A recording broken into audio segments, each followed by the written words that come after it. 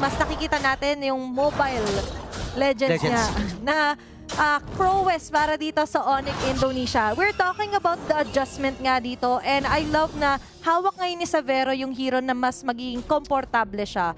And aside from that, for CFU Gaming, medyo may question mark nga, di ba? Kasi nga, they prioritize a different hero yung Kalea. Which is kung ikaw yung nasa side ng CFU Gaming, parang gusto mo ilimit na nasanay YSS. Oo. Feeling ko kasi nabanggit na kanina to ng ating mga panelists na yung comfortability kasi sa hero, sobrang laking factor no. Pero ngayon, mamaya natin pag-usapan yan kasi may konting sa alubungan dito sa may bandang gitna. Pero going back dun sa may bandang itaas, si Sing at si Xavero, kanina nababanggit mo kasi Mobile Legends. Ayan, bang-bang naman ngayon. Si Xavero ay nakikipagbarilan. Pero sa kabilang panig, first blood ay nakuha na ng Onyx ID. Kaya dapat talaga dito mabilis yung mata mo eh. Sabi ng Onyx Indonesia, sa ngayon, oo, yung una naming game struggling kami. Pero kailangan kasi natin makita ulit yung persona nila na early pa lang. Nakakakuha na sila ng number, sila yung nagsiset ng tempo na hindi natin nakita ever, di ba? 4-man rotation top lane. Ayan na, hindi natin makikita ni Xavero pero napafigure din. Kaya lang nandun yung apat ng miyembro from Onyx Indonesia para kunin yung ikalawang kill sa kanilang bulsa. Ngayon si Detective ay may pag-agaw din na ginagawa para kahit papano yung mapaliit yung kalamangan at mapaliit din yung tsansa ni Kyrie na makahabol at makalamang dito. Pero yun yung kailangan niyang gawin as detective eh, mag-imbestiga. Ayan. Kailangan niya mangalap ng impormasyon. Pero ngayon, marami-raming resources na gamit. Ultimate's exhausted. Boxy jumping in. Final slash doon habang si Detective ay nakuha na rin ng kill. Si Lutfi naman ngayon na nagiging target ng tatlong miyembro mula sa CFU Gaming. Pero may pa rin! Napakakunat naman! Kaya lang apat na miyembro yon from CFU. Instant 2 kills kaagad para sa kanila. Nakahabol na sila dun sa early 0-2 for Onyx Indonesia. Not only that, a big turtle for CFU Gaming na gusto mo kapag naka-utility jungler ka, bigyan siya ng malaking spasyo, bigyan siya ng chance na mag-shine through as well. Pero bandang tasing, chasing Xavero. Pero mukhang hindi rin naman kakagat sa patibong si Xavero na, nag-Zaman Force, pwede ako lumalim. Looking at our STC instant replay, malaking factor din dito. Yung naging jump din ni Boxy, nag-antay siya na mag-pull through agad dito sa Vengeance Plus, yung mga Infernal Pursuit ni Lutfi. Oo, makunat siya. But remember, kailangan lang naman ng sapat na spasyo doon para makapag-strike through dito yung Empress natin na si OP. Oo, well, nakita naman natin na nag-effort din naman itong si Lutfi na makakuha. But unfortunately, bumalik si Detective tinont niya itong si Lutfi para hindi maabot itong si OP.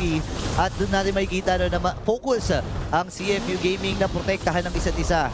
Ngayon naman, sa may bandang ibaba, Wadu and Lutfi ay nagkakasalubungan. Xavero available na, by the way, yung kanyang Hunter Strike. So, Sky Piercer na lang ang aantayin ni Xavero next.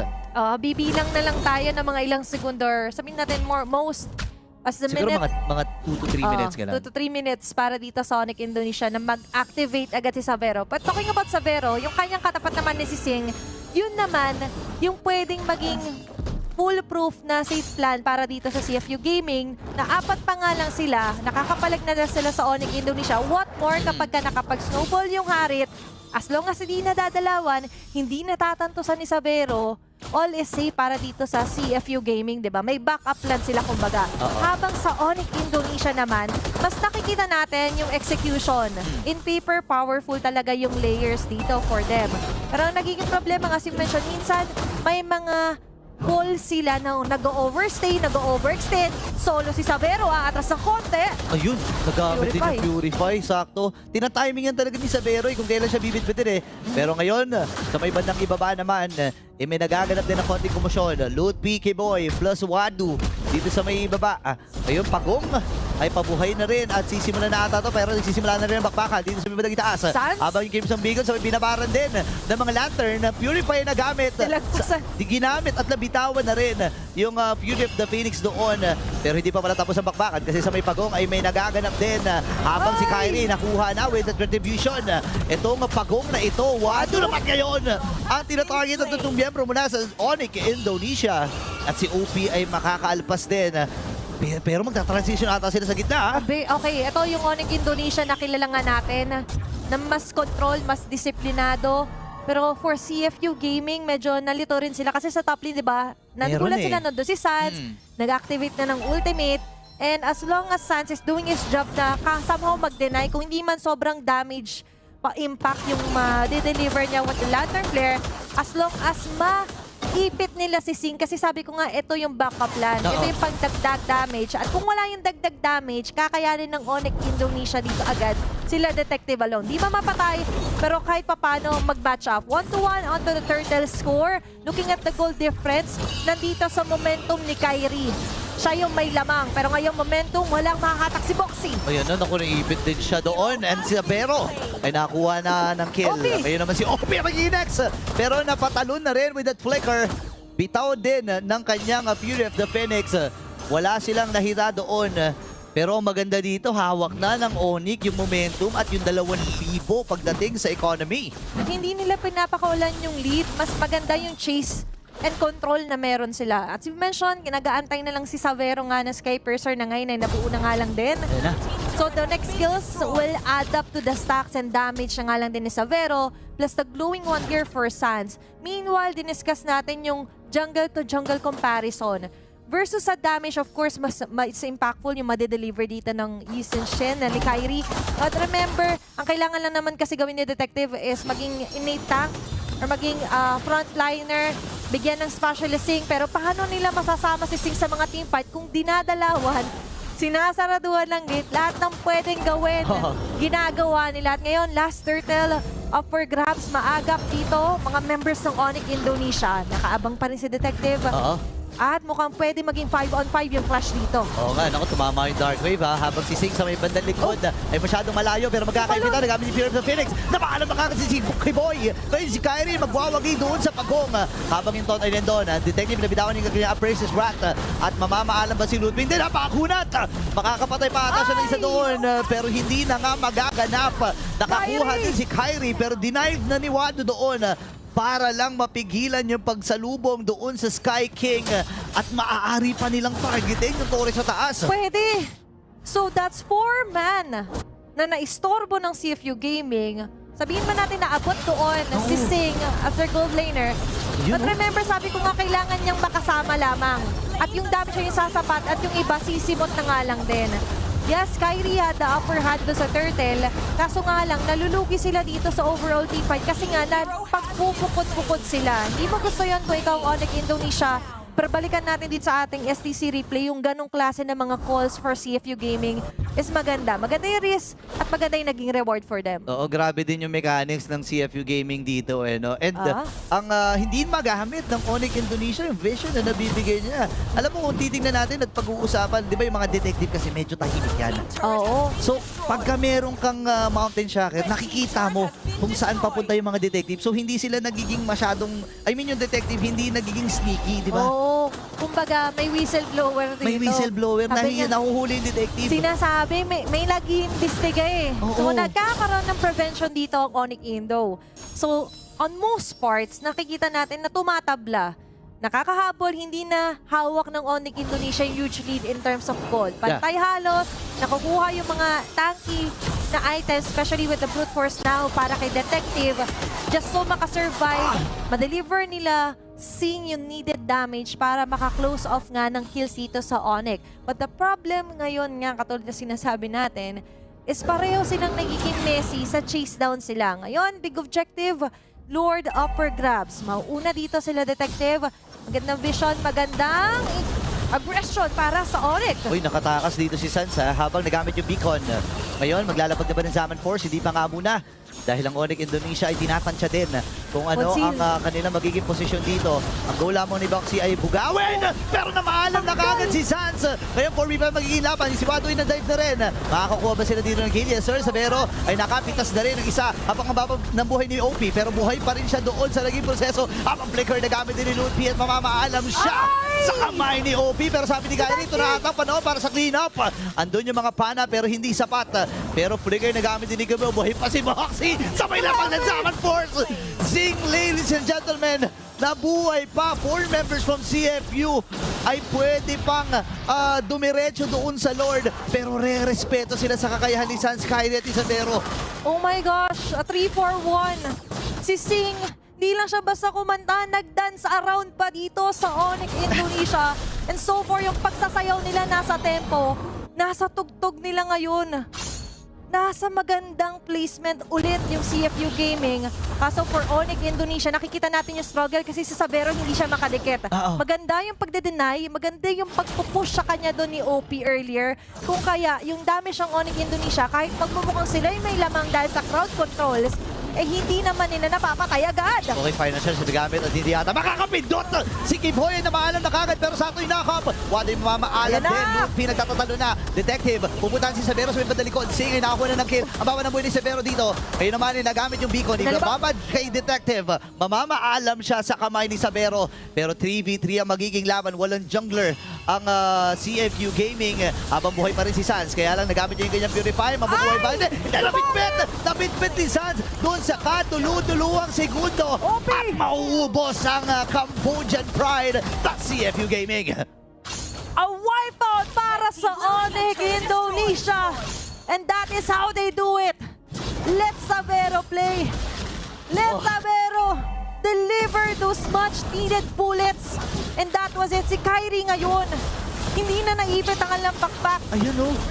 Malaya na sila sa mapa. And looking at our STC replay, sobrang gana na si Sans doon sa may bandang gilid. Maingat, but at the same time, lahat ng pwedeng ibilibag, lahat ng pwedeng ilapit, hinahain niya kay Sabero. Sobrang nurtured dito yung gold lane ng Onyx. Grabe yung micro na ginawa doon ni Sabero eh. And ito yung moment na akala natin mamamaalam na si Sans. Pero doon sa kaduluduluhan na yon ay umabot at kumagat yung passive nung Lanterns player at nabitbit yung tamang tao na mailalagay doon sa kanila. At ngayon, lamang sila in terms of kill score, in terms of gold lead, at in terms of map control dahil nasa kanila yung Lord at nasa gitna ito at nagmamarcha. Okay, yun yung pinakakailangan na clutch play ng Onyx. And now that they have the advantage, masaasahan natin ngayon yung confidence. And looking at Savero's Skypiercer, 47 stacks na po by the way. And counting pa yan kasi ngayon approaching the base of CFU Gaming kasabay ng Lord. Maganda yung wave control, maganda yung pwede nila maging counter attack pag may lumalim. Pwede mag-punish ang Onyx. Pero instead, focus sila muna nila yung discipline. Hahabol ba? CFU may aabutan ba? Okay, Red 3 nagamit. Sino bibitbitin? Nagamit yung Purify mula dito kay Sans. Flicker naman ang paisasagot dito ni Boxy. Ngayon, nakita na rin ng mga miyembro ng Onyx Indonesia with that, the Fear of the Phoenix. Tapos si Lupi, naku, dinala doon sa may tore. Sobrang sakto nun. At Lupi, mamamaalang 4v5 ang magiging laban. Atras muna si Kiboy at ang buong kupunan ng Onyx Indonesia. Mahaba pa naman yung malaking objektiba. Pero ang ganda na naging play na yun, isinama sa base. Alam ko wala namang karayom dito, pero lumulusot siya sa butas ng karayom dun sa play na yun. Imagine, hindi tayo sapat sa ngayon. Pero wag kayong malungkot, may turret naman sa may bandang baba. And with that, grabe yung improvise na attack doon ng CFU Gaming. Looking at the in-game equipment, of course, naka-Silverbird plus sa Rose Gold meter dito sa Vero. So, gusto niya talaga na mas tumagal, mas magkaroon siya ng chance for survivability versus onto what CFU Gaming, natanggap nila, sige si Sabero,